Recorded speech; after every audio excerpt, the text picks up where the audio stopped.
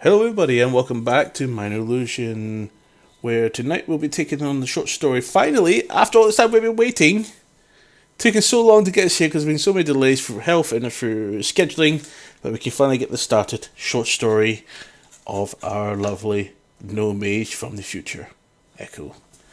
So, short stories, as usual, our little dream state events for our characters who will get them. Episode 5 will feature Echo Cadence, and we'll be exploring some of his history. How are we doing? Just laughing at the short story for a short no. Oh dear. We're going to puns. So, as usual, something's happened. Long day. This moral form needs some sleep. Set your chronometer to wake you up after a couple of hours. A good rest. Get into your bed the only way that you know how. Ladder. Not joking. So, dream starts hazing as you're sleeping, and you awaken like you just woke up. You should just went back to bed, and you realise, oh, it's that day. Wake up in your sanctum in one of your dormitories, and you decide it's time to get ready for the day because you remember you've got things on. So you get up and leave your private chambers, head downstairs. All of a sudden, lots of travelling gear in front of you, 6 sets, and 2 other wizards. What do you do? I'm going to say simply, what are you doing here? You shouldn't be here. So a high elf called Leon turns to you and says, "Oh, you're awake. You're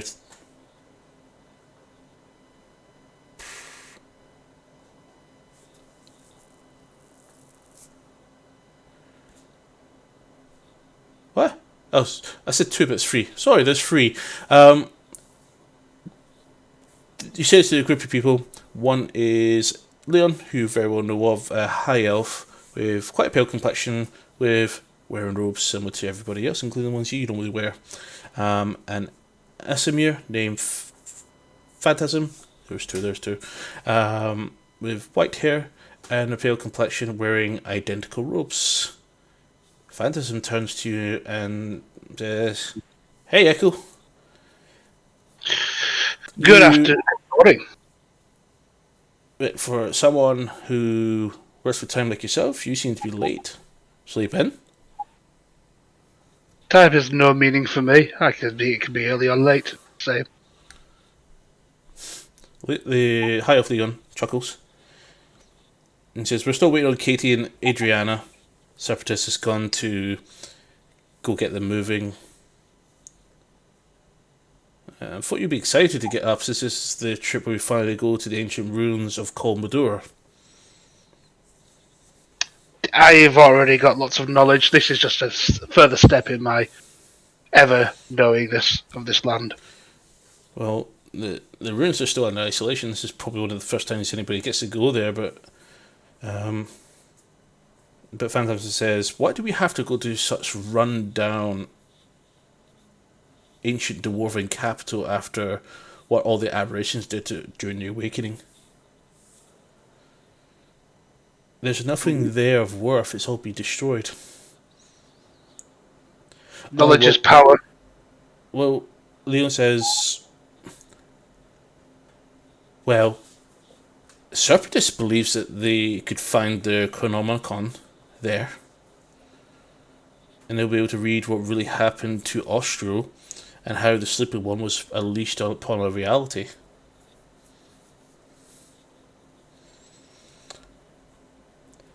All of a sudden, footfalls coming from far downside. You see a half dragon, half high elf walking towards you. You're in a group of people. With his gear slung on his back, looks like he's already ready to go. And he says, "Indeed, it's a question that needs to be answered.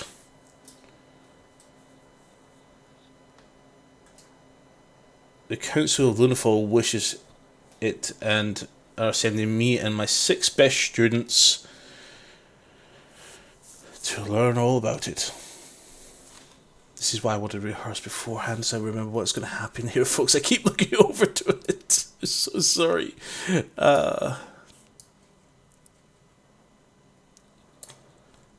So we're here. Okay. And come up behind you. A male Yuan Ti, a female gnome, and a human girl all come up behind you. Separatists, Katie, and Adriana finally arrive. And Katie goes, "Where are your best students?"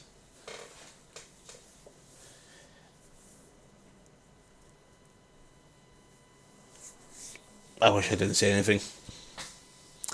Anyways,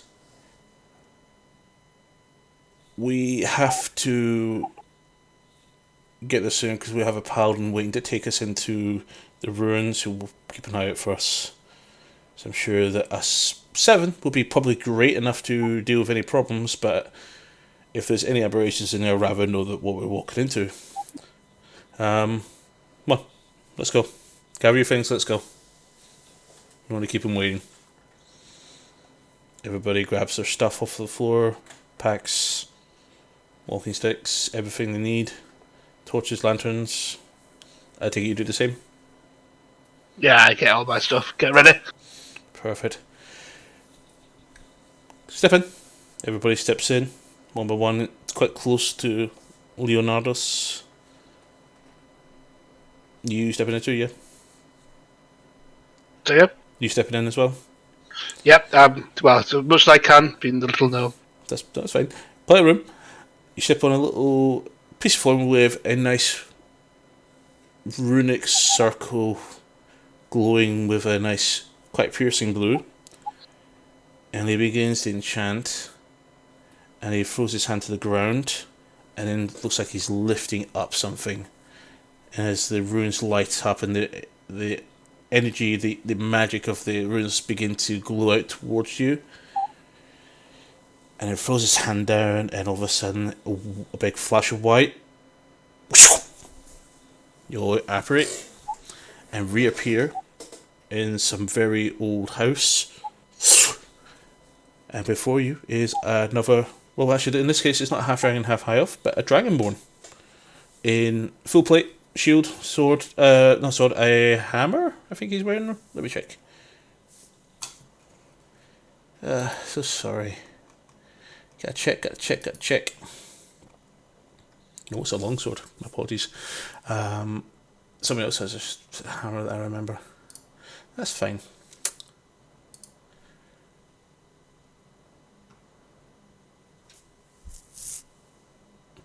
So, small building, very run down. You do make a perception check, so you have a look around and see what you notice. This is the first time you've been to the Moldovan Empire. Oh, that 20 plus 8, 28. Perfect. So yeah, this building is thousands of years old, really, really old, probably stretching close to 10,000. But you do notice some imperfections of stains and discoloration, mostly grey-brown. There's this odd smell, a bit.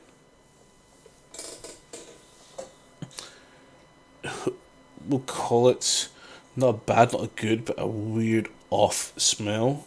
It's not bad where you're like, ugh. It's very off-putting and very noticeable.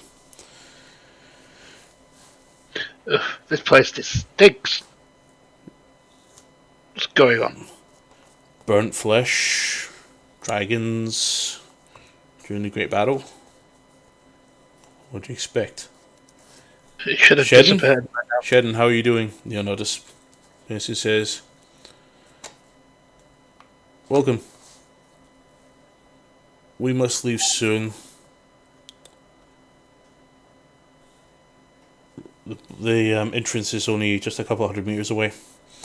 If you see something moving, let me know."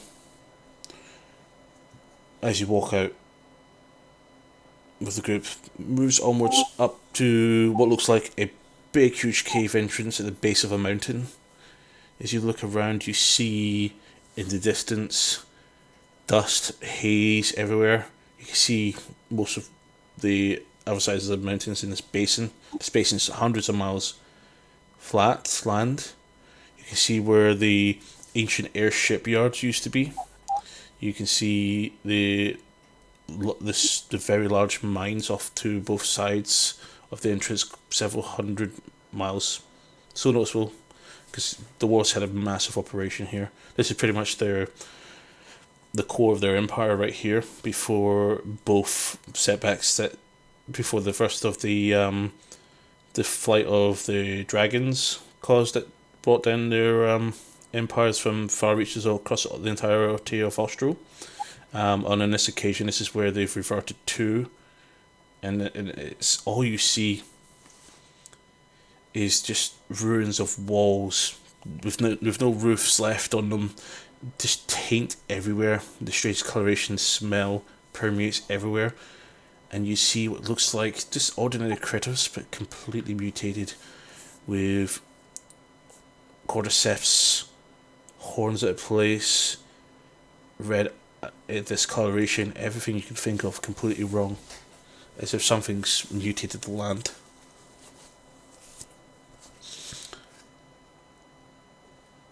And he brings him to. So you eventually come to the entrance.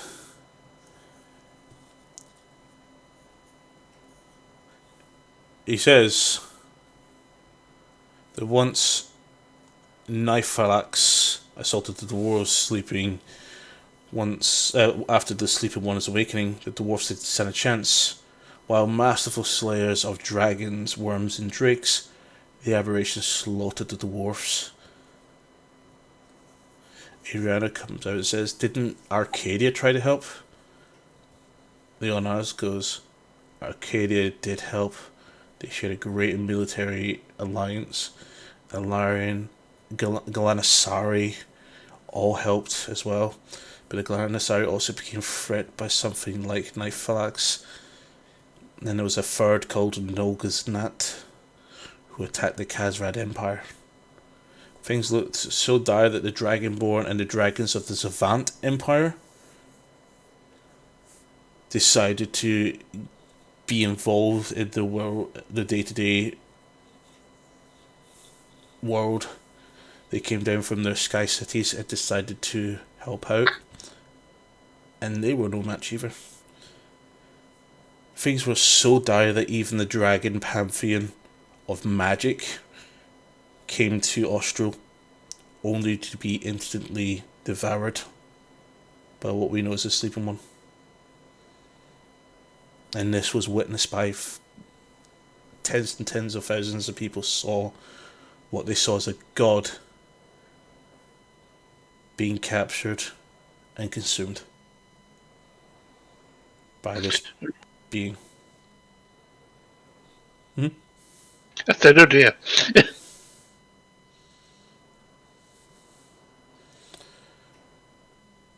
Well,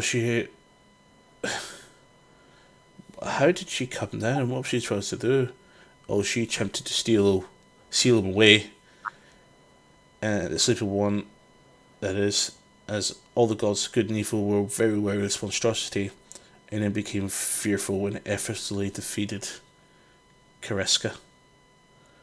And this is why the Sleeping One was called the God Devourer. We're here to find something called the Chronomicon, so we can look at in the past and find out how the Sleeping One appeared, so the Council of Lunenfall can ensure that it doesn't happen again.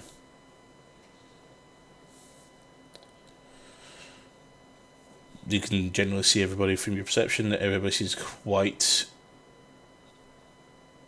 Oh. I mean, they've heard stories, but to hear this level of detail is a little bit unsettling. What happened here? So, you've entered through the cavern and you're entering one of the greatest marvels of dwarven architecture you've ever seen.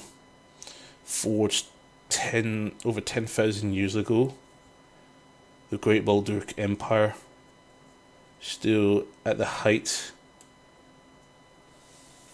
of its time, held for years even after the Dragon Onslaught, still demanded commerce, industrialization, everything.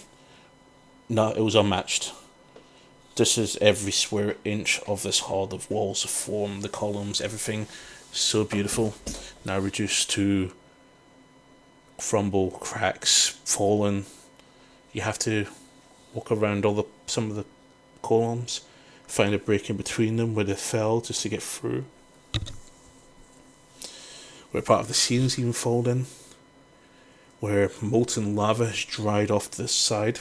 It's an absolute mess. You can see where the taint just basically spreads and just lies in mass everywhere. You see bits of flesh moving around. It's a terrible sight for someone that used to have children playing in it. You come into a chamber. There's rocks everywhere. And 8 large pillars, 4 off to the left, 4 off to the right. So as you guys come down the steps, you see everything in this room. You see bloodstains. You see strange liquids. You see the taint everywhere. You see a couple of barrels, some sandbags, sacks. You see all sorts of things that have been left behind as the people had to leave here in a rush. You see a very large statue, which looks like a potential dwarven king, standing before you, damaged and tainted into with a razor sharp hand, which would have been a nice big fist by its side, holding either a spear or a hammer or an axe. That's completely gone. Behind it, the next stairs is going up to a higher platform where a large stone door sits. This used to be an area where people used to sit and speak and talk. Before us is the archives. You would find all of Maldor's history here. Sheddon nods to Leonardo and says, there's nothing here. Seems to be clear, at least for now. Anything you want to do?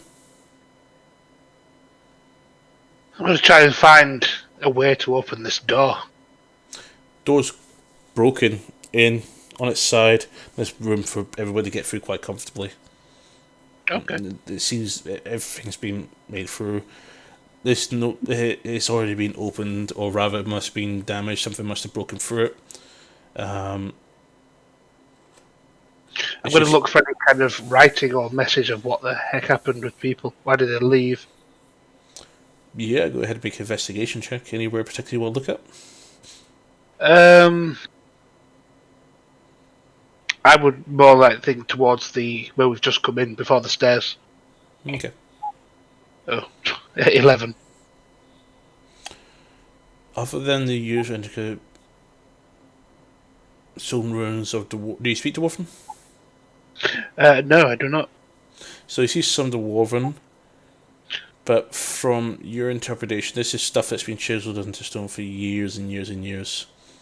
But you can't make any sense of it. It doesn't appear like there was people trying to write or put lead. There's no paper that you can find around with information written on them. Okay. And I'm going to look to see if what. So the 4 pillars, are they not damaged or are they damaged? Everything's damaged. Something's been here to basically ruin it. From what you've understood, the great aberration called this is so vague to you. You remember him being a gargantuan titan, between a gargantuan to even a titan. His size has never been confirmed because everyone who has ever seen him didn't survive. As he would, it's basically just a massive monster that just destroyed everything. The one thing you did say is there's some flesh that's moving. I'm gonna go see what that is. Sure. So, using the same investigation check. Whoa! Don't touch that. That's Leonardo's doing it, and Shedden actually rushes over to it and looks at it himself and says, "Just a remnant." Takes his shield, puts it on top of it, and then pushes his shield down with his foot and squishes it. You hear the fleshy thing that's like squish burst, and then black fluid runs from it. And he ushers you back and says it's not something you want to get in contact with. Men have been known to go crazy with this. Picks up his shield, takes out quite a thick cloth, just wipes the thick fluid away, and tosses the thing away. Says, "Don't fetch that." Walks back to the middle of the chamber. He seems to be eyeing up the statue quite a lot. He's like, "No, this is before their time."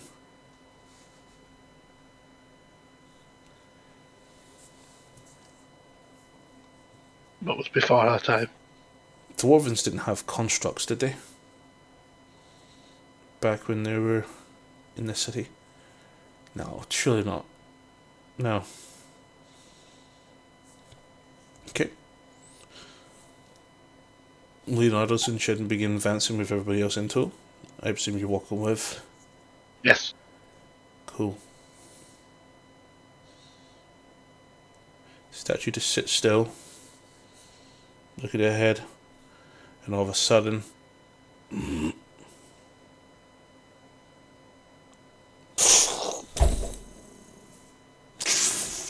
comes alive and starts moving. Okay. Wait. Shedden begins talking in Dwarven tongue. He seems to be pleading, requesting.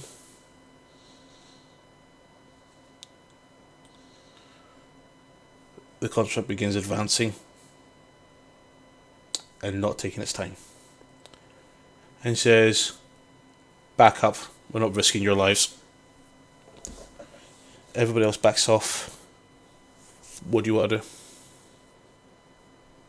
I want to use my language spell called comprehend languages and try to talk to it and see what it's doing. Is that a ritual? It is not a ritual, no. No, is it immediate? What do you need for that? We'll say for any materials costs that you need for this, we'll say you have it. It's a pinch of soot and salt. But it's not something that gets used, consumed. So your magic focus can use it. Just give me a second, I double check something. What's this cast time? 1 hour. Duration's 1 hour. Cast time. Just one action. Well, actually, okay, that's fine. Pop it up. So you start to catch the tail end of this as we are here only to seek knowledge of what happened to this fair city. Would you beckon us past? No response from the stone construct that begins advancing. And he says to Leo, "It's not.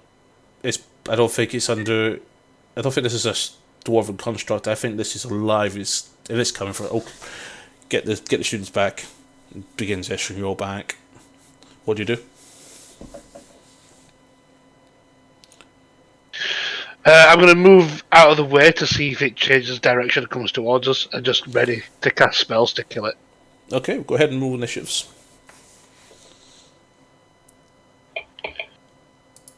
25. Okay. I think everybody else prepares. Prepares. Okay, that's fine. Ah, lovely.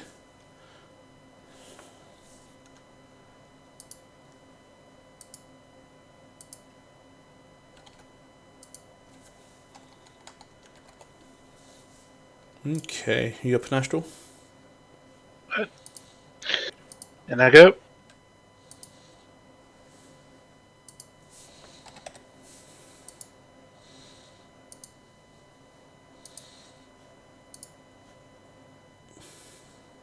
Try. Huh? It's trying to load in.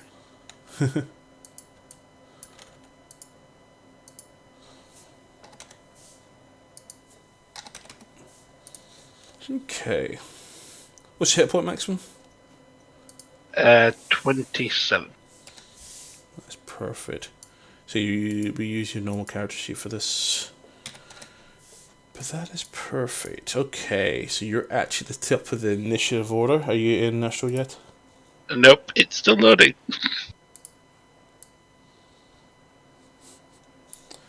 In the meantime, I'm going to get some of Ah, our there you go. brand I'm in. new music on. Because I was supposed to be playing music, I completely forgot. So it's been nothing but deafening silence, which is not ideal. So let's get some interesting, creepy music on. Oh, I know what will be perfect for this.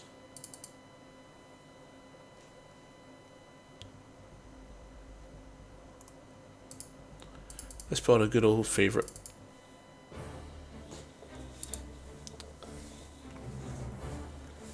Okay, so before you see a stone golem, very large, it stepped off its platform and began advancing. Okay, so you're up first. What would you like to do? I'm going to move forward. Do what I can. Quite far away. I'm going to cast Ray of Frost to try and slow it down a bit. Okay, roll for the attack. 23. Oh, that's a hit. Roll for damage. 7. 7. Okay. Hits it. Doesn't seem phased. But for a construct, this wouldn't be strange. Okay. So Leonardo's is up. Do you want to do anything else? Nope. That's fine. Leonardo's is up next.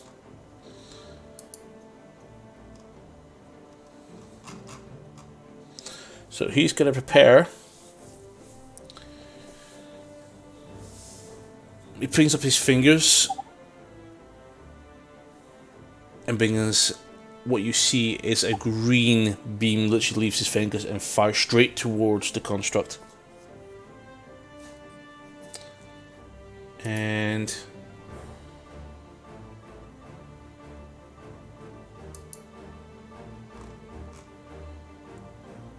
okay, so dexterity saving throw against. That's fine.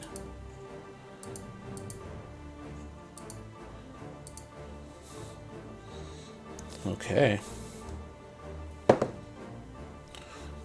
Ooh. Barely hits it. So huge green beam fires off towards it. Disintegration spell, and that's a nice 10d6 plus 40 damage, and does 71 points of force damage.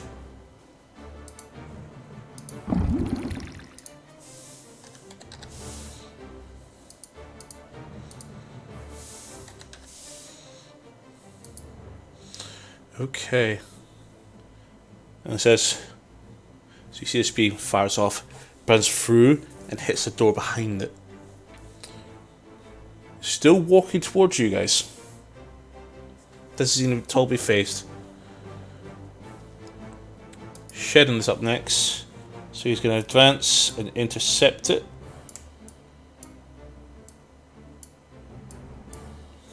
And he's going to sit there ready. And he begins casting a bonus action spell.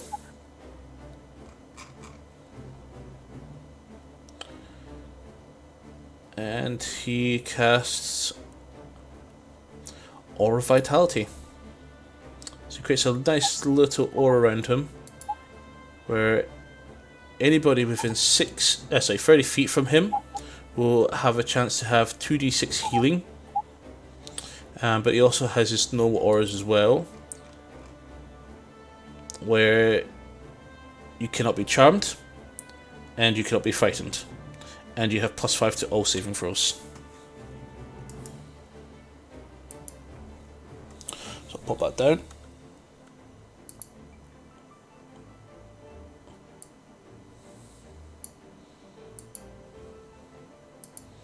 Boop. And he also now going to use his main action, and the golem has to make a Constitution save as Shedden breathes cold damage towards the construct, the golem, and does breath weapon cold.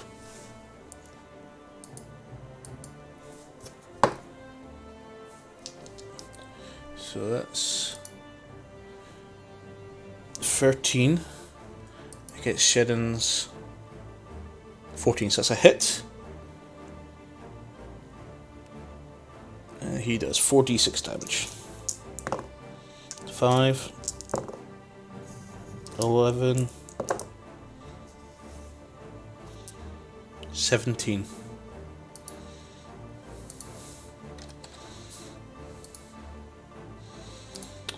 First, one of your friends up next rolls a fireball attack. That's a hit.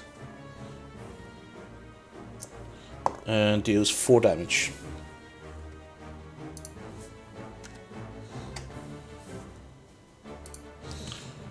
Okay, next up is the stone golem.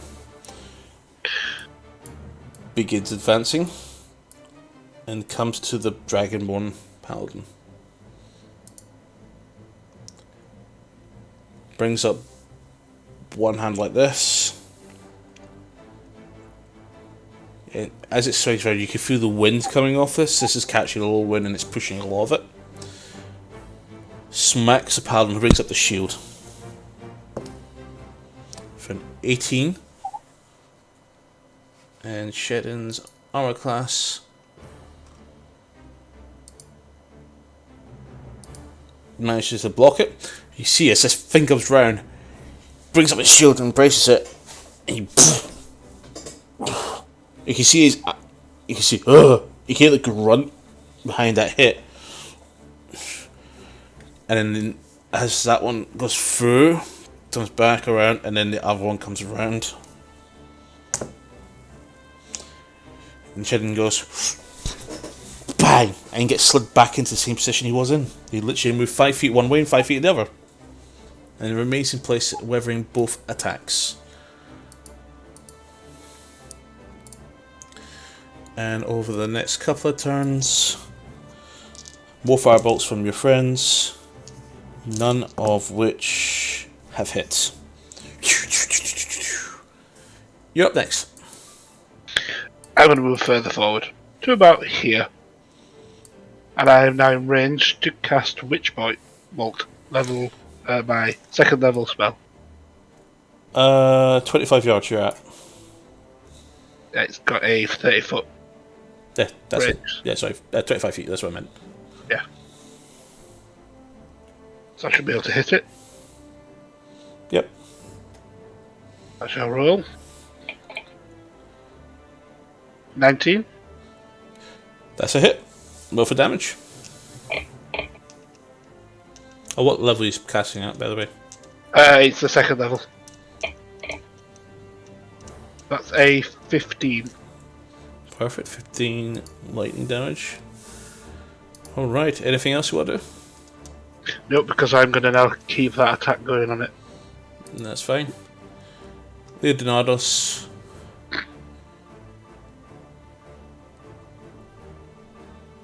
You can see him contemplating what to do, and he says that's not a bad idea.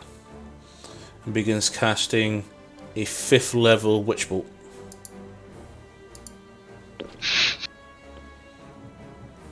That's 25 to hit, so it hits. And deals... Oh, that's a very high roll. 36 points of lightning damage. For potential 60. That's average. Well, It's just a little bit above the average. No, it's... 34 is the average, so... That's fine. 36 points. Line bolt maintained. Sheddon begins his attacks next. Brings up his sword, brings it across, smash, and again. So that is a miss. That's a miss. So as you see, Sheddon brings up sword, bing, bing, nothing.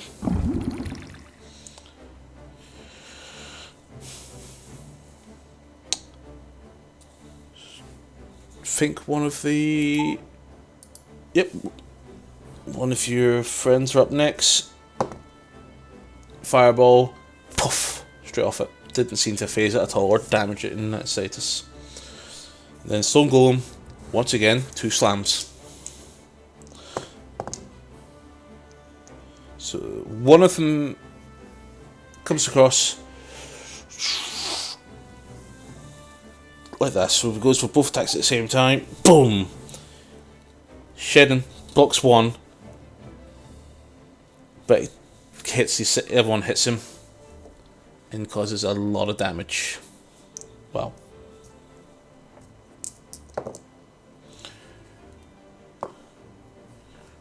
That's 23 points of bludgeoning damage to Sheddon.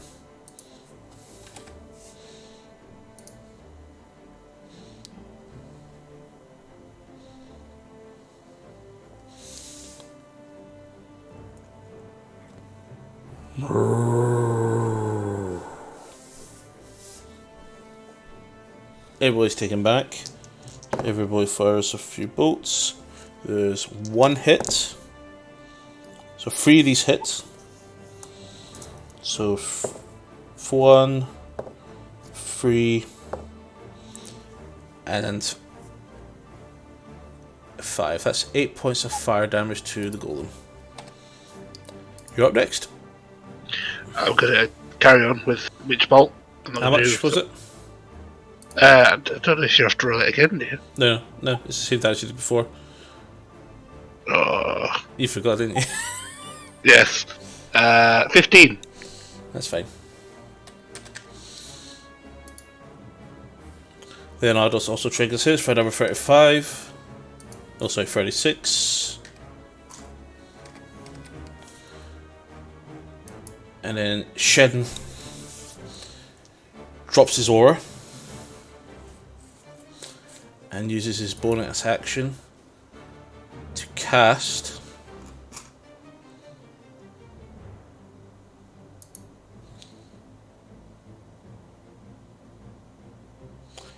Branding Smite. Empowers his weapon to deal additional damage. So all of his attacks now do an extra 3d6 radiant damage, and he goes for his 2 attacks with his sword. So both hit quite well. And he also uses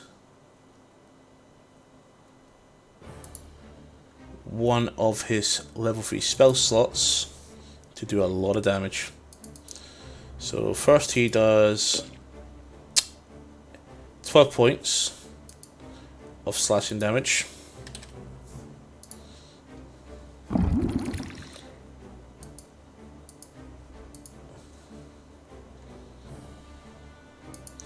And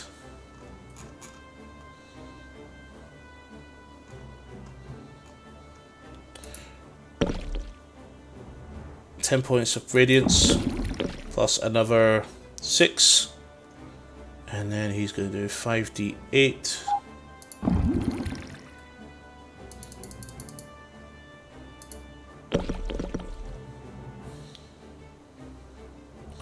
that's 23 in total on top of the 16, so that's 39 plus his second hand sword attack, which brings that to 50 points of slash and radiant damage. This thing does not seem damaged whatsoever. No. One of the apprentices fires a little firebolt and hits the ground behind it. So Golem does a bang onto Shedden. Both hit. So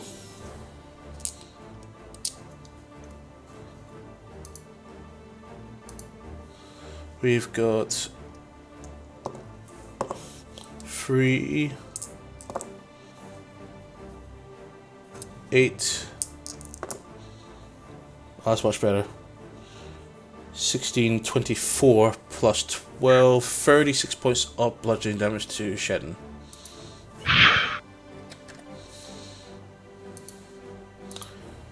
And he's lost his aura, hasn't he? He's taken it off. Yeah. Couple more firebolts coming in. 2 of them hit. 6 points of fire damage. And you're up next. Oh dear. Do I want to do something different?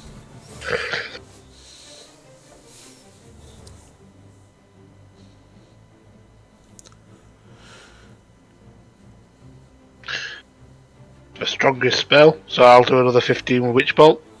Cool.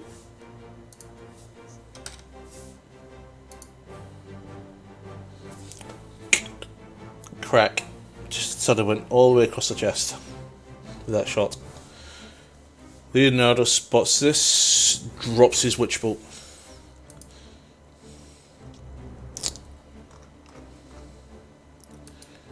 Begins pondering a moment with his arms raised.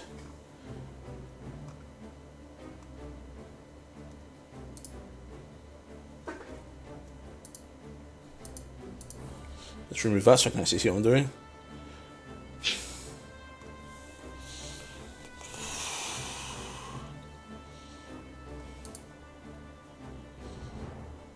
Perfect. So, he takes a bit of flare and a rod of amber rubs the amber inside the cloth and brings a crystal.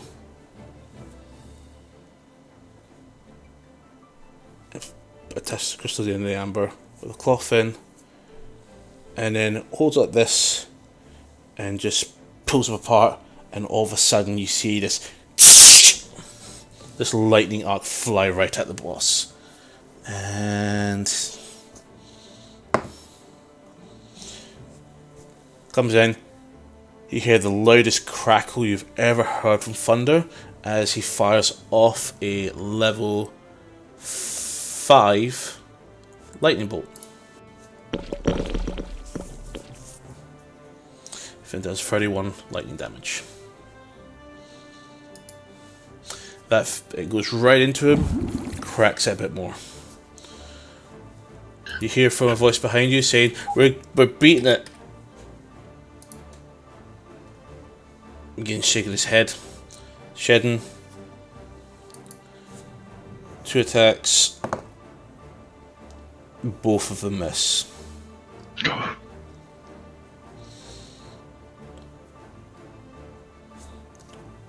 Firebolt from one of your comrades hits. 7 fire damage.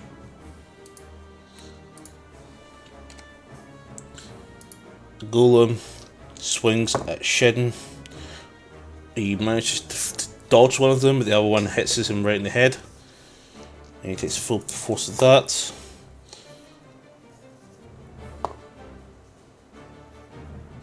Okay, so that's 26 of bludgeoning damage. You see Shedden actually drop to one knee. He's bleeding, and you can see. He looks back at Shedden, you can see blood pouring down off him. You can see his shield is completely twisted and damaged as well. Because he actually blocked that attack, but it came through still. Okay. All the other shoots look at each other. It says, come on, we can take him down.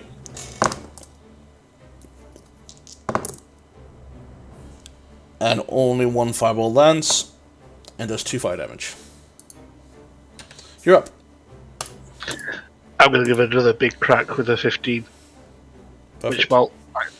15 lightning damage. Leonardo's.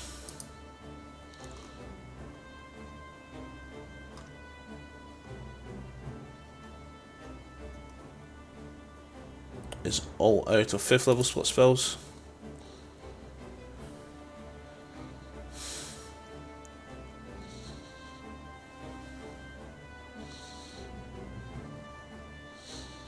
Fuck it, here we go. I think plan A was better. Falls out of a witch bolt. And then it connects very well. 22 lightning damage.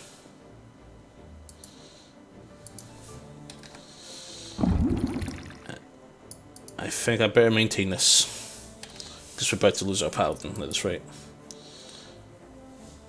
Said paladin. You hear the groan or grunts of pain. Puts his hand on his chest. Breathes out. You see the hand, a bit of blind light come from in front of him as he just regenerates some of his health.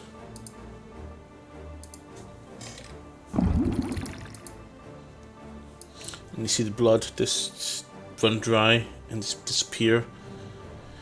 And then he goes to brings up and just relax even further. And uses all of his lay on hands to fully replenish. Actually, let's see how much he got left. Yeah.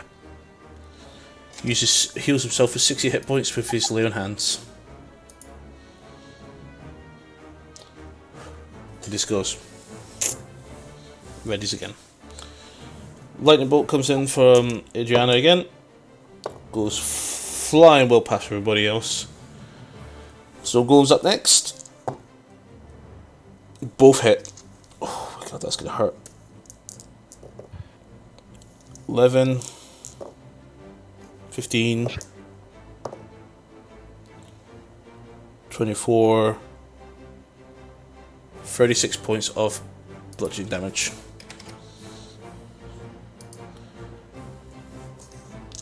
Here comes the barrage. 1, 2 hits. 10 damage in total for that one. You're getting there. Your turn. I'm going to just carry on. I'm going to concentrate and do another lightning bolt through the witch bolt. Perfect. Leonardus also does the same. 2 swings from the Dragonborn.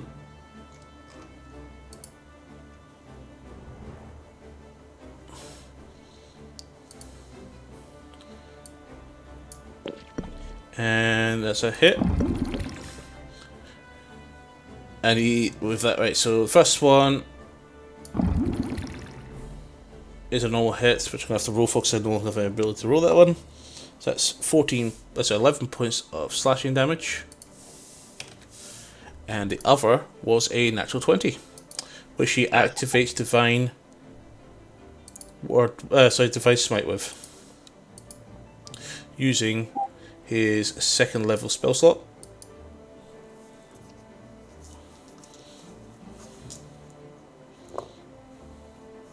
$11, 15, 22,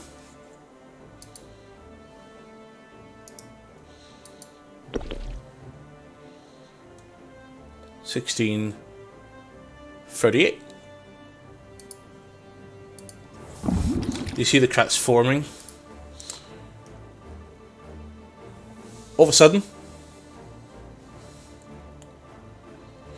another fireball obviously misses. All of a sudden, Stone Giant.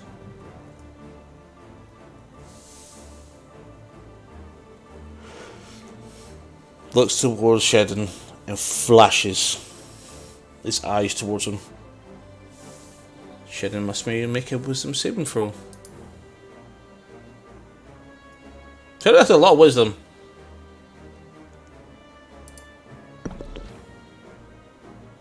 Hopefully enough then.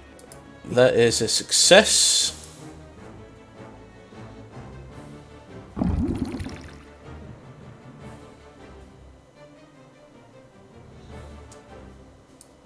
No, it's Phil. Shen seems to stop moving as much.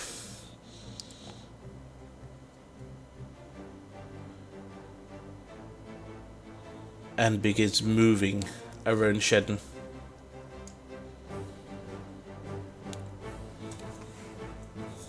He can move lots. So it's 1, 2. He sees you effortlessly stepping over and moving the blocks around him. 3, 4. It seems that Shedden tries to turn, but doesn't even make the attempt to even try to attack him.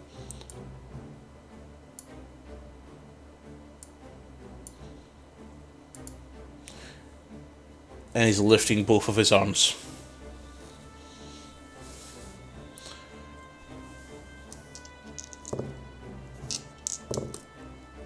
Ooh! 1 firebolt hit, which is 2 damage, but one of them hits him right in the face for a crit. So it takes 9 points of fire damage. You're up next. I don't like being so close to this thing. I'm going to Misty Step over here.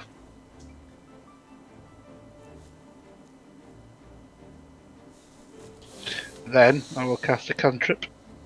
I will cast a fireball myself. Oh yeah, you broke your witch bolt. I did. I'm not saying do that thing. Go for it, roll for attack.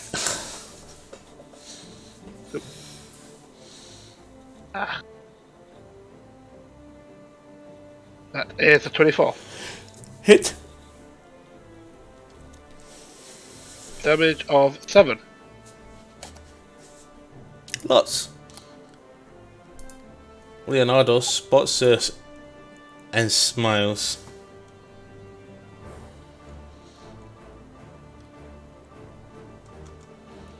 Your mistake. Moves off. Actually, no, he doesn't. He stays there.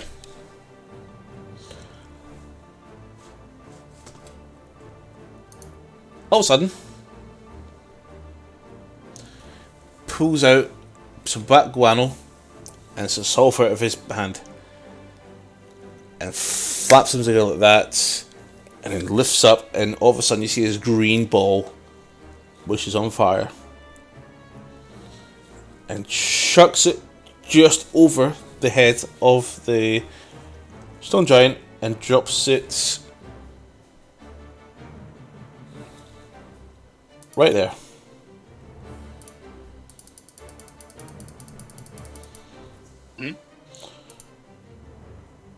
And all of a sudden,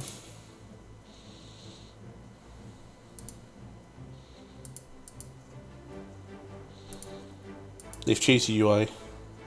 Just all of a sudden, the pillar set on fire.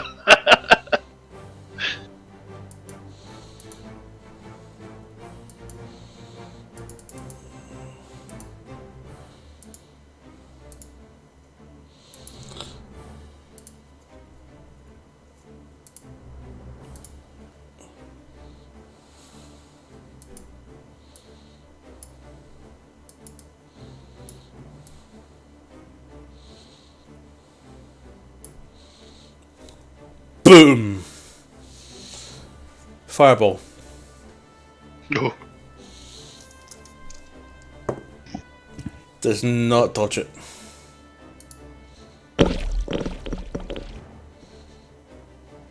And takes 32 fire damage. The cracks are really showing. This thing is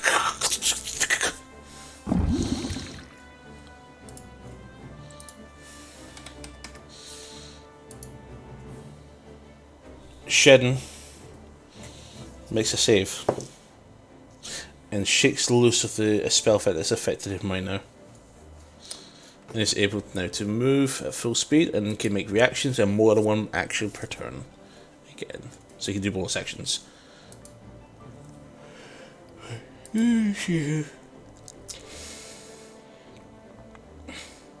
That's fine.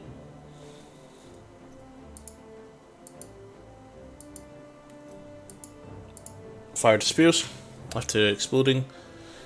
Shedden runs in. Makes 2 attacks with his longsword. Hits. And hits. And deals 21 slashing damage.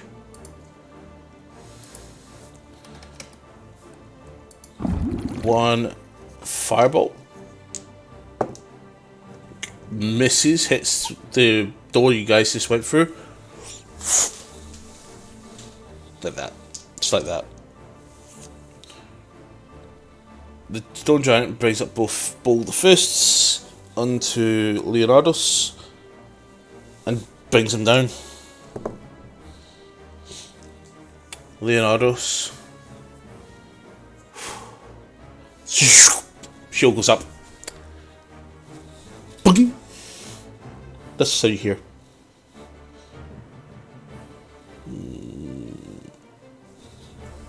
It's like gravelling movement of a head looking down going, what just happened?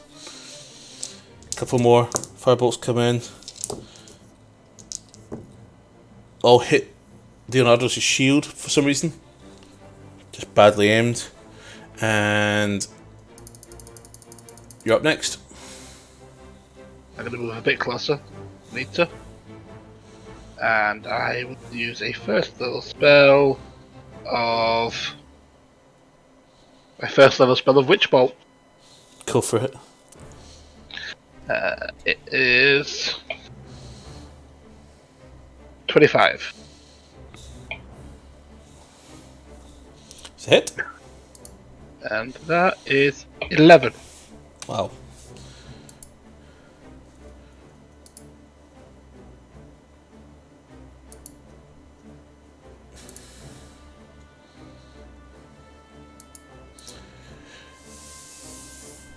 Leonardos points his hand towards the thing, and all of a sudden, you see 6 pinky blue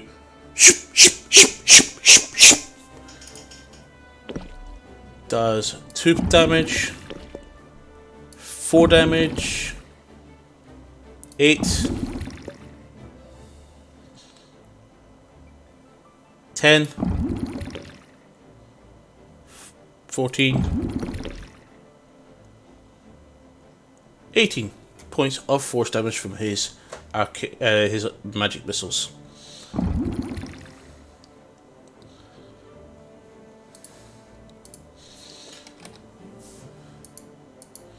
Shedden's up next.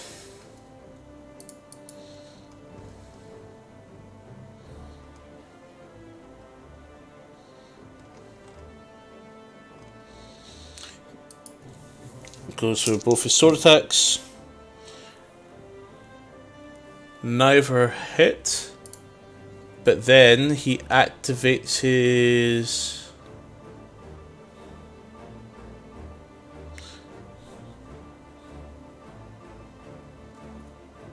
Yep. Activates second... Oh no. Yes, use it beforehand. Shit, never mind. I was going to get him to use his Divine Infinity, but which will increase his attack power, his attack rolls, but that has to be cast beforehand. And it's an action. So both miss. Okay, so it's down to not you. All of a sudden, bop with the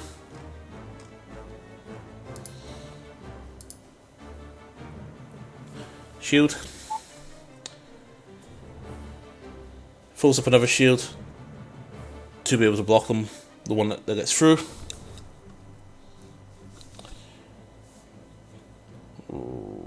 And it starts to bring up a big fist in, and all of a sudden,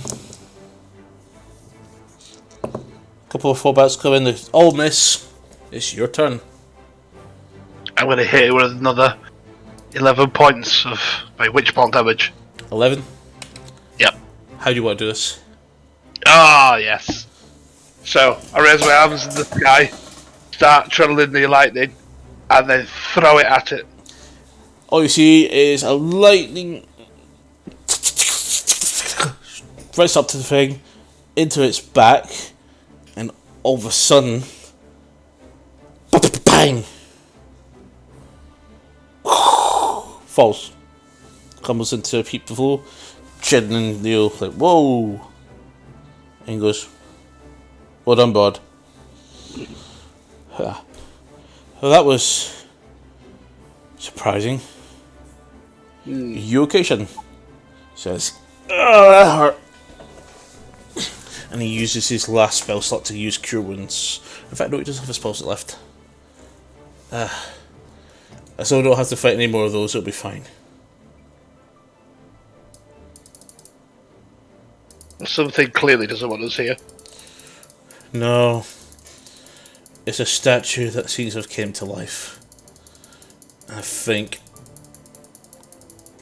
I wouldn't be surprised if it was just trying to defend the archives.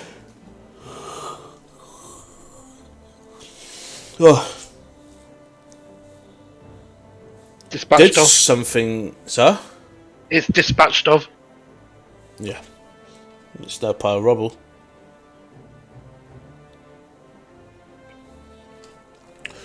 Leonardus walks up to the plaque that's on the foot of the base of where the golden came down from. Seems to be acknowledging the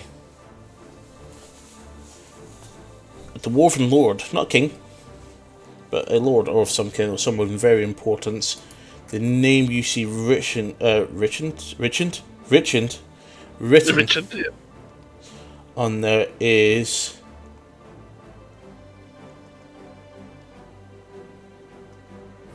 where the fuck is it? Right, I have a list somewhere. I need to go find it. 1 second. Oh, I know what it says. Give me a second. Yep. So the DM files.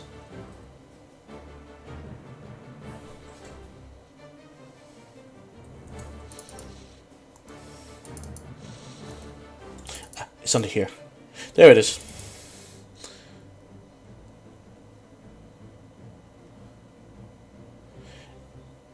Muro. M-U-R-O. Just going to change the music over so we set that back into our usual. So we won't need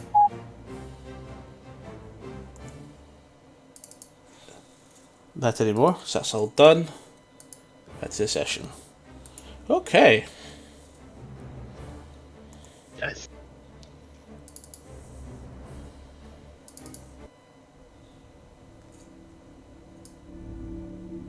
There we go. I'll turn up a little bit so it's a bit quiet. So, Muro. He never told me he had a statue. You recognise that name. For some reason, dream's still foggy to you, quite foggy. You remember somebody called Muro, who was some sort of an amazing engineer. He helped develop something, skyships potentially. He probably built the great dragon killing machines for the sky. The Dwarven Artificer. He was alive at the time. And so Leonardus goes, I'm sure he'd be surprised to see that his statue was still standing after 3,000 years.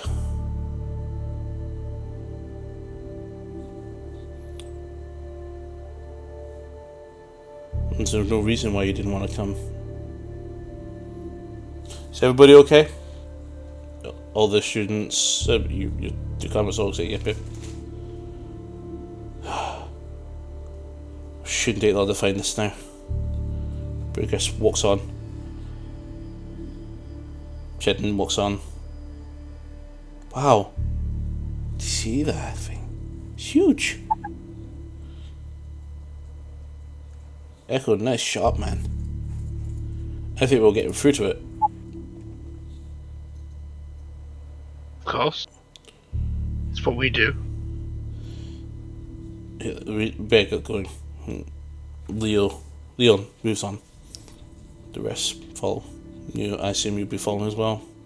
So I assume you navigate through all the rubble, all the splatters, everything. You hear deafening silence other than the footsteps of you and your comrades. As you get to the big door, through. You follow the hallways. Very nice. Just the structure, the architecture of this room, and all of the very few bookcases that remain intact. It's just beautiful, completely. All stone with wooden shelves, line books, chests, tables, everything you can think of that would come into such a grandiose library. Over here! You hear Leo's voice, probably a couple of columns down. Actually, it's quite a few down, as you find. It's off to a room to the side. As you find it, and you see Leo looking over a pedestal of a book inside it. Puts his hand on it, and you see him conjure a spell.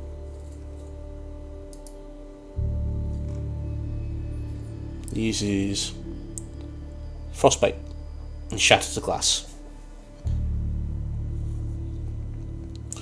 And then you see this really dusty tome that you seem to recognise really easily well. As he reaches down to grab it,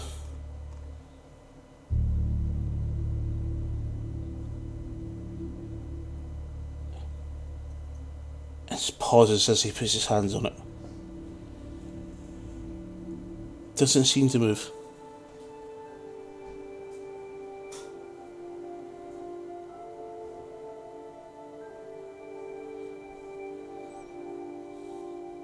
You hear the background, Shedden walking around. He hears plate clanking along. He seems to be looking out. Master Leo? No response.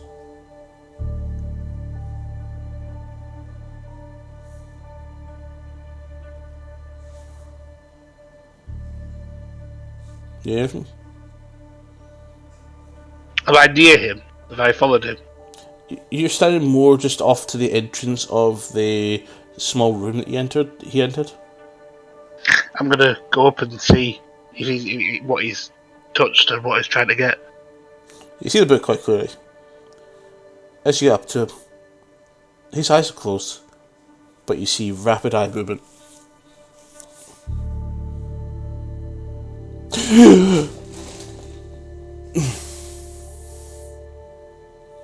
His demeanor's completely changed.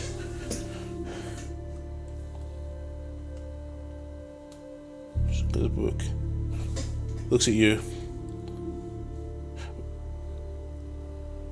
Echo, we've got what we came for. Guess it seems to gather his clothes quite quickly. He looks kind of shocked. Pops into his pouch. Says it's time to go. We need to speak to the council in full as soon as you can. Walks off. Carves a path through the students. And yourself, everybody looks to you. And start following.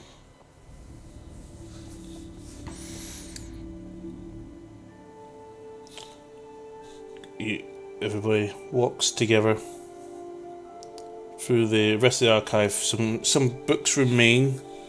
A lot of them damaged, a lot of them crumbling, debris, everything's everywhere. It's just like everywhere else. It's all damaged, destroyed, ruined, tainted.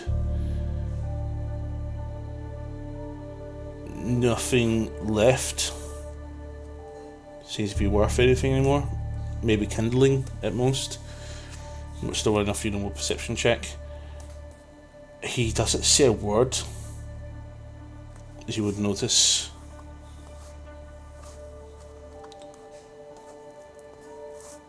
I'm going to ask you, what is wrong? What have you seen? He doesn't respond. He notices you speaking, but he seems... Give me an insight check.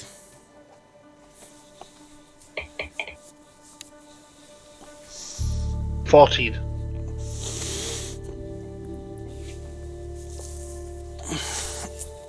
It's not so much that he's willingly ignoring you just for the sake of it. He doesn't want to have anything to do with you. He seems to be more focused on getting back to the sanctum. Like, if explaining it would take too long. As if it would be too much waste of time. This has to be dealt with now. His pace actually starts to sharpen quite a bit. Still walking, but his pace is sharpened. We need to get back.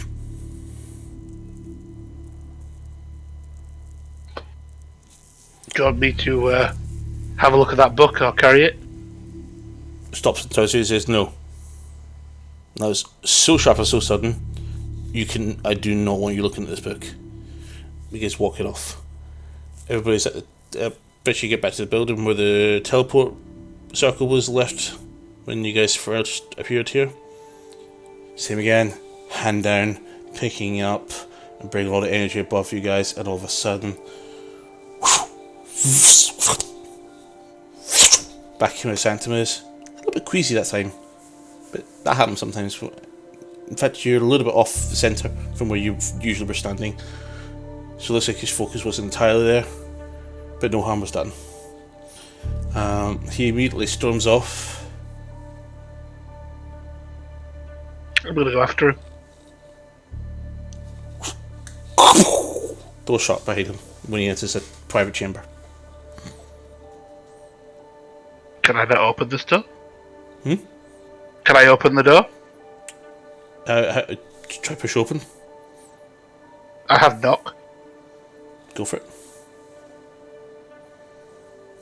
They cast knock. Door opens.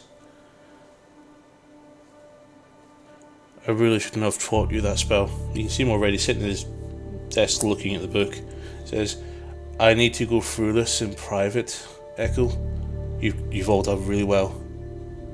But I need some time to read this and get in touch. Unfortunately, I've expended too many spells to cast Sending today. I'll speak to you all tomorrow. Puts his handbook and starts reading through it. This time he seems to be looking at it and begins turning the pages. That'll be all. Okay, I'm going to go back to my my chambers then.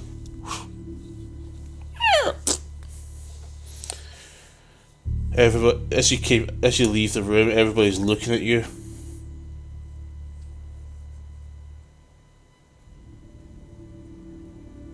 Can you someone show me the door? Hmm? This Jedden's here as well. He's actually came through the portal.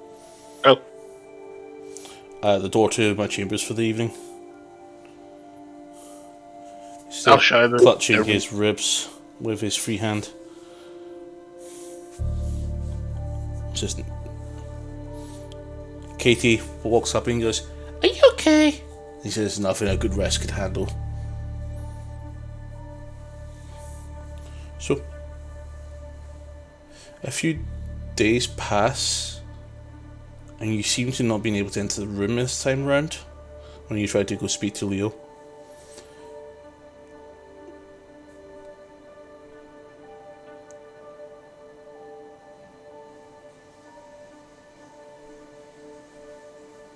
And then, one morning,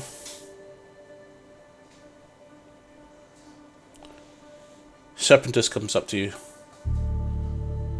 and asks, "Have you seen him? Is he appeared from his chambers?" His study? No. No. I've been trying to get hold of him, and I can't even open the door. Phantasm managed to get in the other day. I haven't seen him since. And he says, since when? And, oh, where have you been? Sleeping. Oh, what is he doing in there? Did you get it? I did get it, and he sent me back out. He seems really engrossed in that book. Apparently he's learned something, but he hasn't told me anything. Did he say he was going to say he would see us the day after? It's been nearly a week.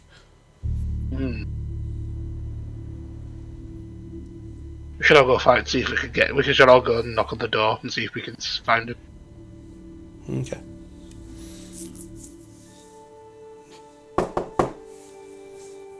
Nothing. Katie, Adriana, Leon, everybody comes up as well. Shedden's already left, he's already gone back to his order.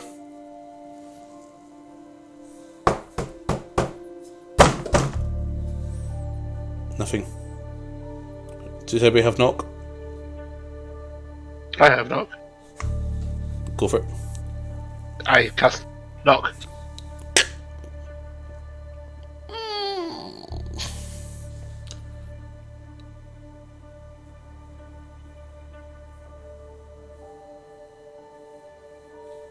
What do you want to do? I'm going to go into the room and see if I can find him.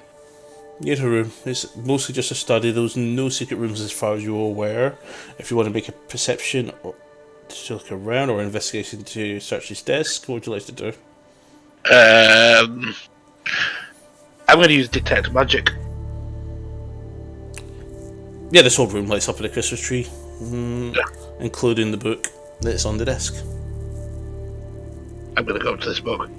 I'm going to see what this book is all about. So as you walk up to it, you do notice that Leonardo is not in this room, and nobody has seen him. Says, and then Adriana goes, "Where is he?" And Katie says, "I put an alarm on his door so I know if he came out. He's not triggered it." Maybe he's teleported out.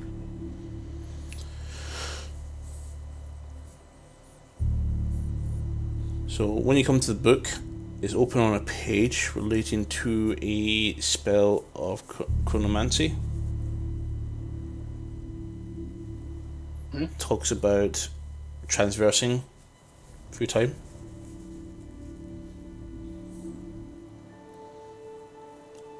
What do you want to do? I'm going to read this book about this transversing through time, thinking that he's used it. So it seems to be the tail end of a ritual, which takes, from what you can see on the page, give me an Arcana check.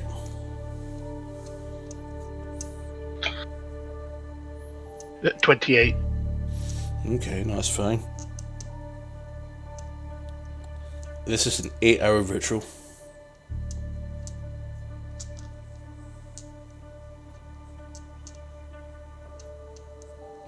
You also notice there's a rotten apple on the table.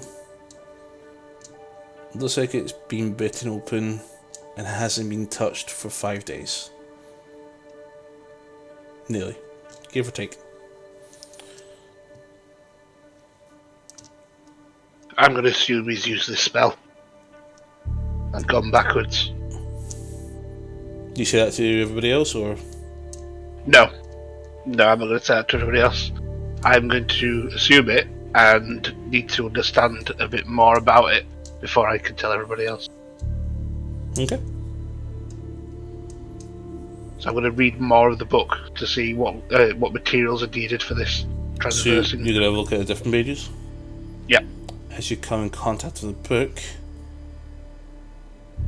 an image flashes into your mind because you only just grasp it and you let go almost instinctively. An image of Leo doing this with a 5-headed dragon before him.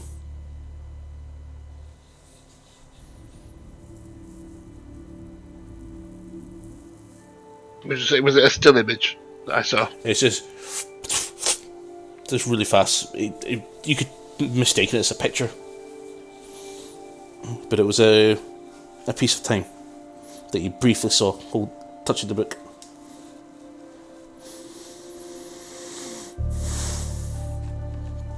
Okay, so I'm going to ask my friends to keep guard whilst I try and figure out what this book is, and I'm going to grab hold of it.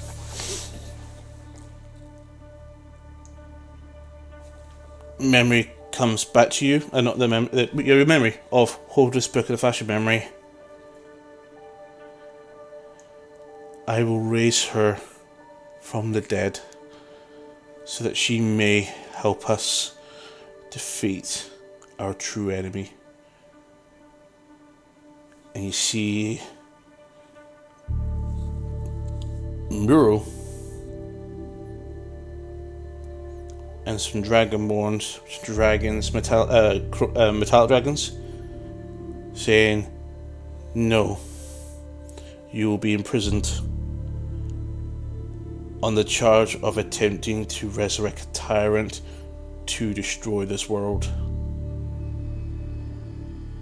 Leonardos, you are sentenced to be imprisoned in Bahamut's justice, if you will, with no release."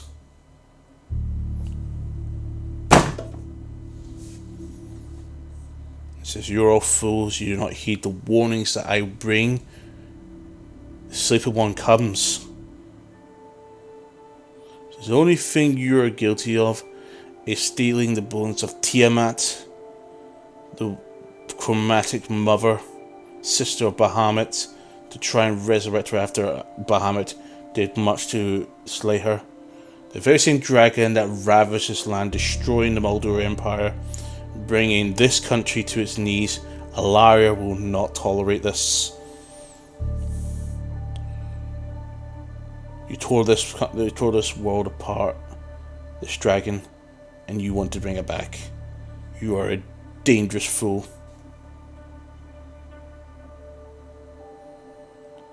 But Leo says, "But the God Devourer comes. We've had enough of your lies. Take him away." And you just hear screams of Leo and says, No, just screaming. "It comes, it's going to destroy everyone."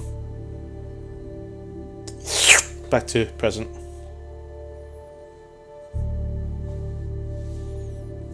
You saw the dwarfs also in that image. Looking, now you've travelled to other states before. Make a history check. That is a 21. So the guards clearly said, so the person you saw was a half human, half dragon, who talked about, was dressed in robes. Some of the ones was mentioned just over 3,000 years ago. The coloration, the architecture, the general idea of the room that we're in, you've been studying chronomancy, chronoturgy for quite a while now. Recognise that certain aspects of history may point to key instances. This was generally a good time of peace.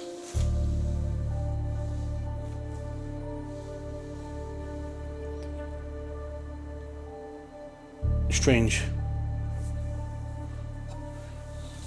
This appears to be more than 3,000 years ago. And he talks about the awakening of a sleeping one. He's coming for us all.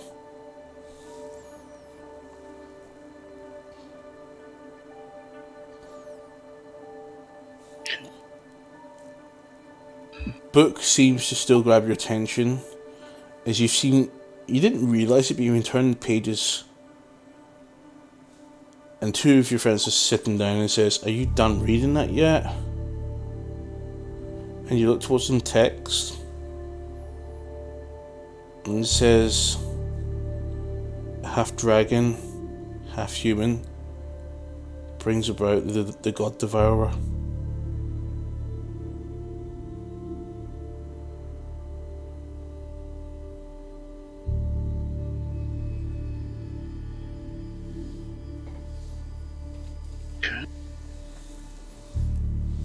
So, I'm going to probably now talk to them about this spell. I believe I'm going to tell everyone that I think that what was his name? Can't remember his name now. He's gone back in time to try and stop this, and he's been imprisoned himself.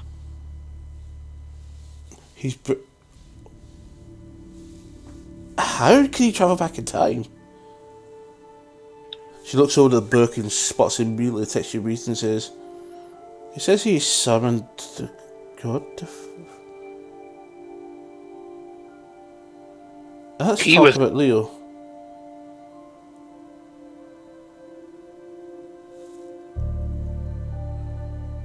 Given what he knows, he could easily do that without somebody beating him. I thought...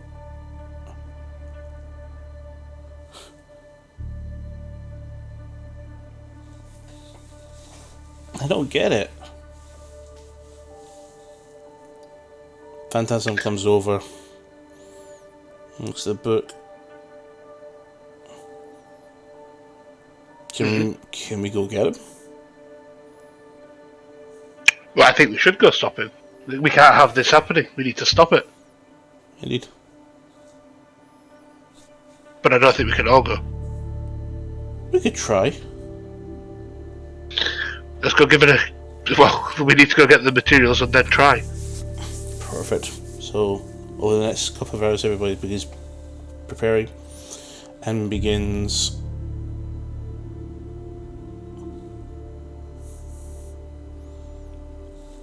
The ritual begins. Drawing after drawing has been pushed down. Everything's in place. Spells a couple hours in. Get into the commentation of the enchantment.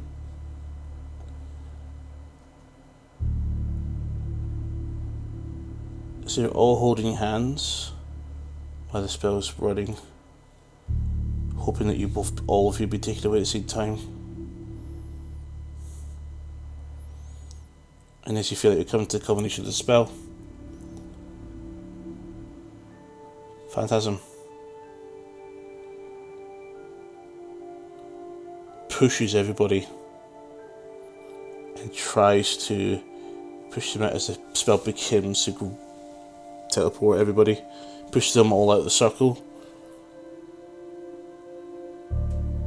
What do you want to do? I'm going to run in and try and stop him. Get him out. You grab him. Gone.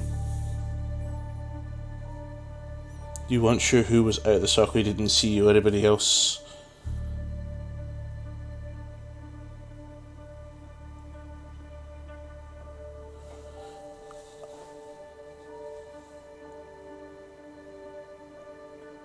You're waking up again.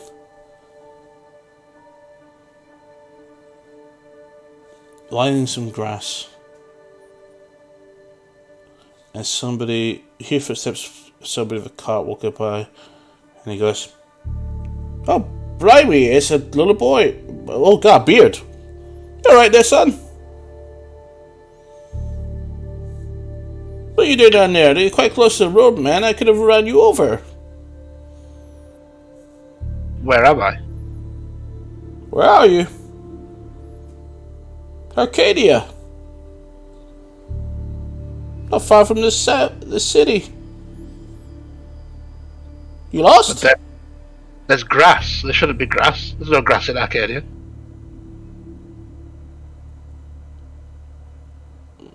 Points to the trees. "I see trees. You gonna tell me there's no trees here?" Well, I can see them, but they shouldn't be. I don't want any trouble. You must be drinking something. I'm just gonna go by. Where's the nearest city? I need to go somewhere. Well, there's a village back that way. Arcade City is pictured in that direction. Which is closest? A little town. Sorry, my memory's a bit foggy.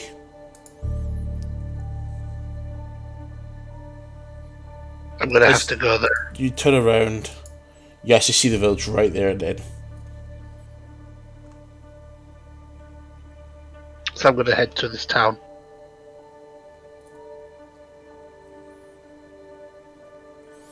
Torgath! That's the name of the town. Look, stay off the bows! Messes with your head! Thank you for your help. As you get up. Yes, I'm gonna. So, as you get up and you begin walking, you trip immediately. You look over and you see the Chronomicon there. But it's been slightly scorched. Let me see, check over the book. Pages are missing. 10 pages.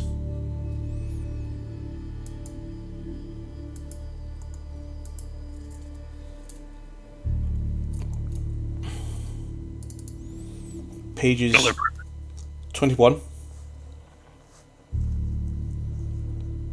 55, 57, 62, 112, 166, 251, 302, 330, 430, 460, 552, 571, and 820.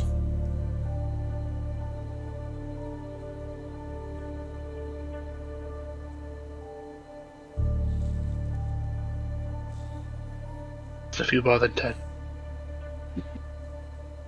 14.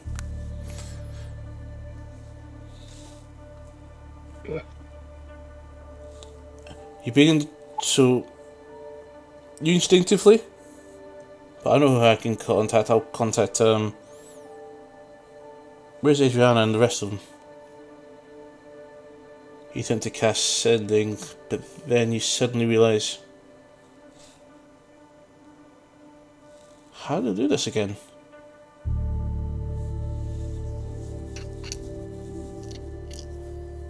You seem to forgot all your spells. This is no good. You seem to remember your spells you started with at the start of the campaign, but you seem to be missing quite a few. You know a lot more. I am gonna have to try and regain this book and my memories. And he goes, wait, who's Adriana?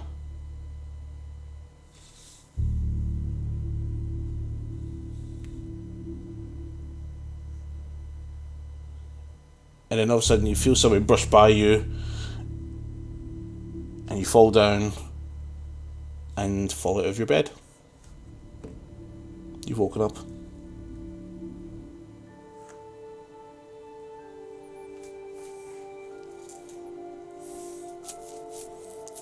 Just a few moments later, your chronometer, you read it, and it's morning. Around about the time you wanted to get up in the first place. And you looked at your bag on the table that you left overnight. You see the edge of the bag where the Chronomicon is pressing against it.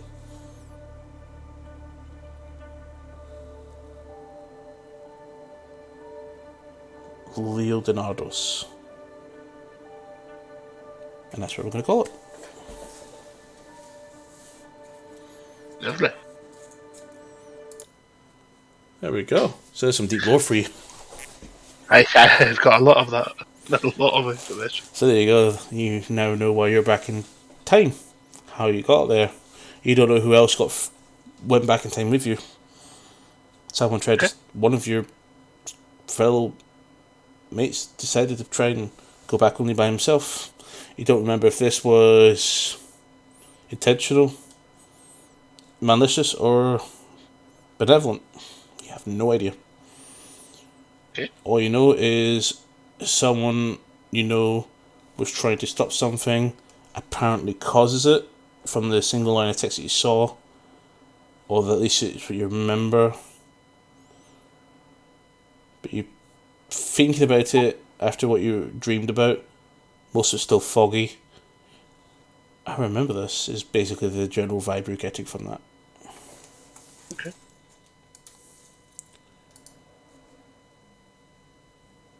Good. With that,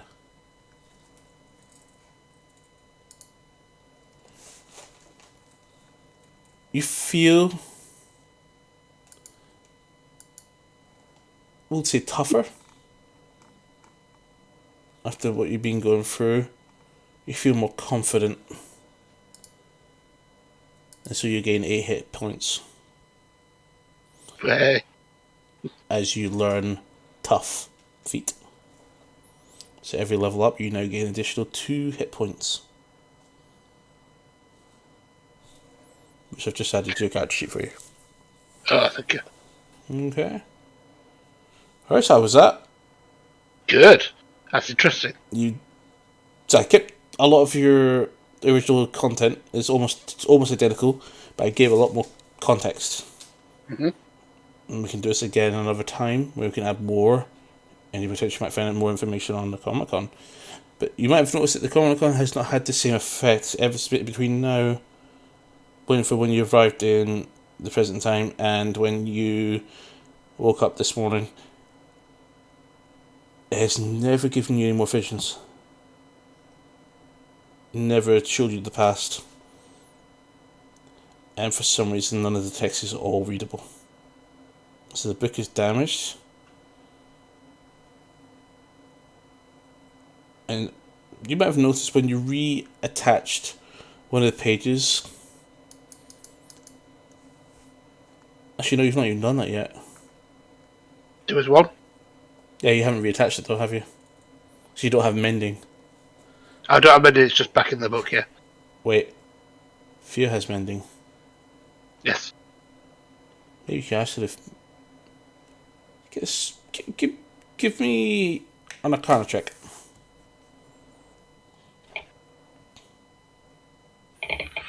Remember that now that the book can do what it can. 27, by the way. Ah, that's fine, yeah, perfect. Maybe if you repaired the book, reattached the missing pages, you might be able to start looking at more pieces of history. As you remember, when you touched one of the pages you saw earlier, you saw a great axe being swung up at some very fancy, very beautiful, and very majestic wood elf. Yep. When you picked up one of the pages, the page you found in the Behind It Hide It. Yes. And that's that. Maybe there's more information you can find. Okay. I will have this mended when I see it here. After you fight. Fight. Yeah. Maybe you're fighting the priest, the paladin in the prison at the moment.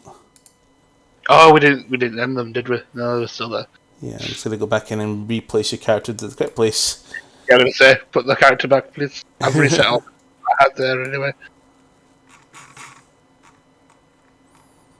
Should be proud how it was. Yes. So were you expecting any of that?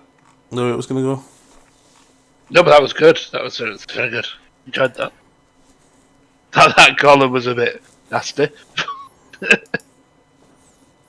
Yeah. I don't like that. So you've managed to hit down anything?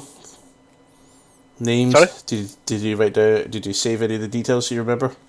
Oh, I saved a lot of it. I was writing it down as you were doing it. It's part of it. Yeah, that's good. That's what I wanted you to do because that allows you. I'm trying to get a character in, but I can't move him into the space he was until I put him on the board. There you are. And now you're inside that guardian spirit. Yeah.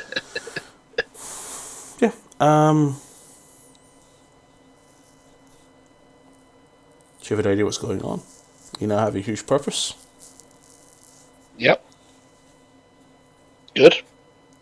And No, none of definitely. this seems to have linked towards the current events, as far as you're aware. Mhm. How will it? Does it even? You don't know. Don't know. All I know is I have to stop somebody Alright. quick. Cool. Very good.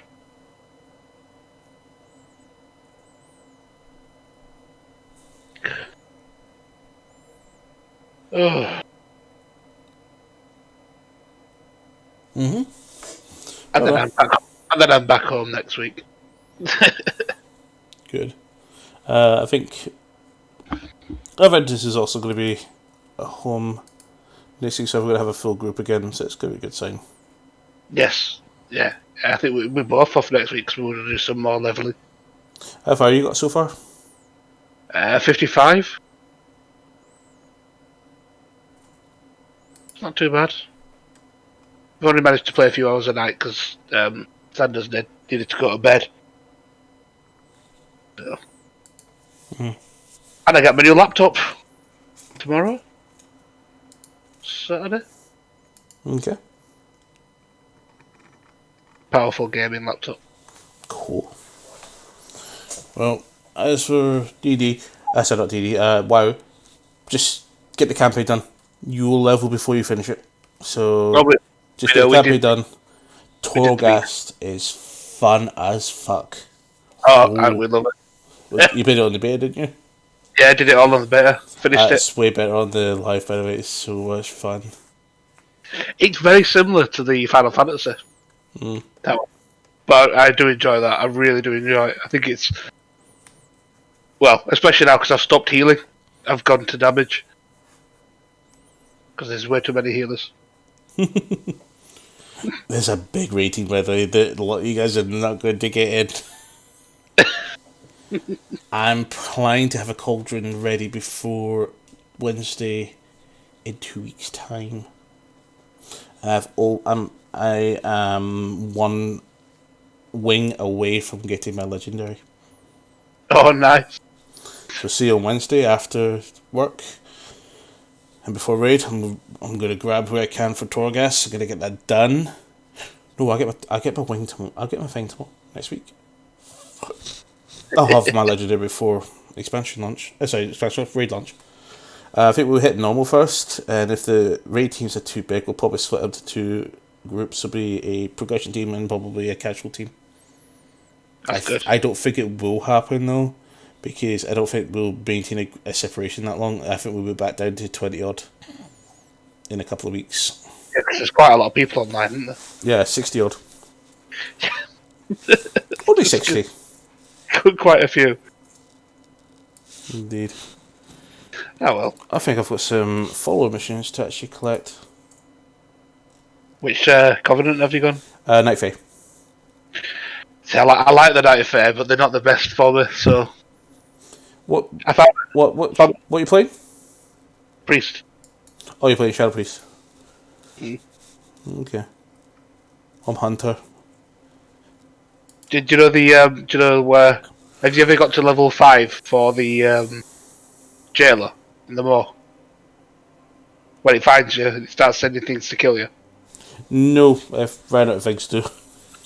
Well, if you ever get it, you're in a really good position with the Night Fair. So there's an event in the night, the mall called the Wrath of the Jailer. Right. That awarded me 183 gear. Oh, nice. So I got nice, good shoulders. I pretty much outlevel everything. That'll get before raiding. I'll have a look at that. But yeah, if you ever get picked up by the guys from the moor, they basically take you to the sky and then just drop you down. Yep. And you're silenced. As a night fair, as soon as you get near the floor, just use your teleport. Oh, you can blink at any time. Blink at anything. Yeah. Yeah. I can also disengage. No, you can't. You're pacified. So the only thing you can do is do the night fair, turn into a flipping whatever creature, and teleport forward, and you'll just land on the floor. What I can do is go to Mechagon and get the trinket that gives me an emergency parachute. You probably need to. Depends how long you're going to spend in the moor. We did it purposely. We tried to get it to see what happened, and we found out it's quite nasty. You get a stacking debuff that does damage and then reduce the ceiling by eventually 100%. I'm hoping they can find out how you get your dragon soul shape form. I never knew there was one. Oh. You know the flowery feathery dragons? Yeah. That one. Oh, nice. You get wolves, you get stags, you get a lot of things. But you can also get that one. I'm like, I never knew one. Yes. I could be a dragon. Spyro. Maybe mini Spyro. Right, I'm going to get off because I've got a pack ready to go home tomorrow. Awesome. Oh, well, anyway, oh, that's broken things. Let's put this back over here for now. There we go, guys. I'm so sorry about that. But anyway, thank you everybody very much for coming, and we'll see you on Monday for the culmination of the battle in the Samir's dungeons. Until next time, bye bye. See you later. Bye bye.